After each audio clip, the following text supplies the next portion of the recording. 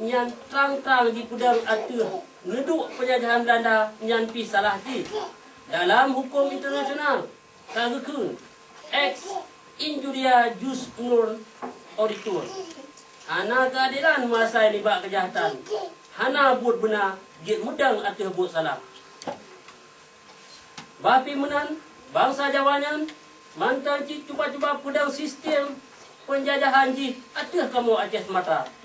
Padahal Bandung nanggro penjajah Eropa, lagi Belanda, Inggris, Prancis, Spanyol dan Portugis kahan kemah pubut nyan le dalam abadnya.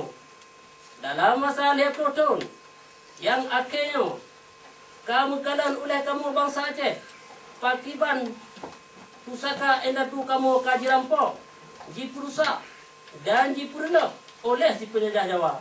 Harta pusaka bangsa kamu kaji jual. Buat harkat bangsa kamu kaji purelok.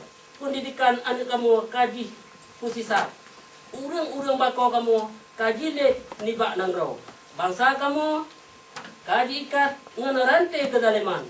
Ji pegasin dan hana ji peduli. Udah bangsa kamu rata-rata lihat loh petrol. Pakai banyu menyita banding dengan ukuran dunia yang 80 ton. Nyanpi makin surau makin kurang.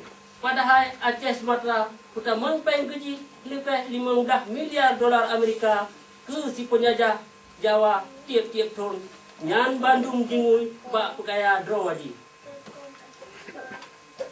Kamu bangsa Aceh, hana menjak minta-minta pakai dengan bangsa Jawa. Menye awak nyan jiduk dinang draw aji. Menye awak nyan hana jejak-jejak kamu dan jejak melagak lagi tuan dalam rumah kamu. Mulai orangnya, kamu mengesut. Jid ke urang pa di rumah drama. Menyekan menan udetnya hana mengguna.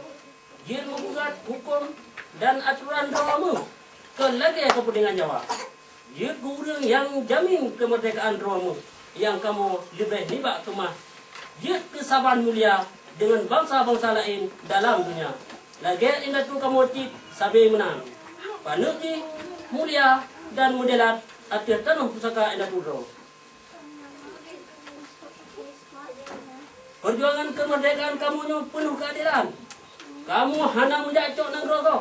Lagi Jawa jacok nanggro kamu. Nanggro kamu akan diberi oleh Allah penuh dengan harta yang ladena. Kamu mengesut beri bunga jaro yang memakna ke masyarakat dunia. Dan kamu preh pengakuan nibak bangsa-bangsa yang madap. Kamu beri jaro mensahabat ke Bandung bangsa dan ke Bandung negara atir runtunya. Atiran bangsa Aceh Sumatera yang moderat dan merdeka. Tunku Hasan Muhammad Ditiro. Ketua Angkatan Aceh Sumatera Merdeka dan Wali Negara Aceh. Aceh Sumatera 4 Desember 1976.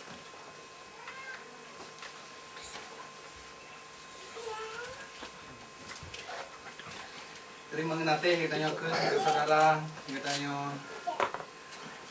puas bulan yang kali dibaca proklamasi kemerdekaan Aceh.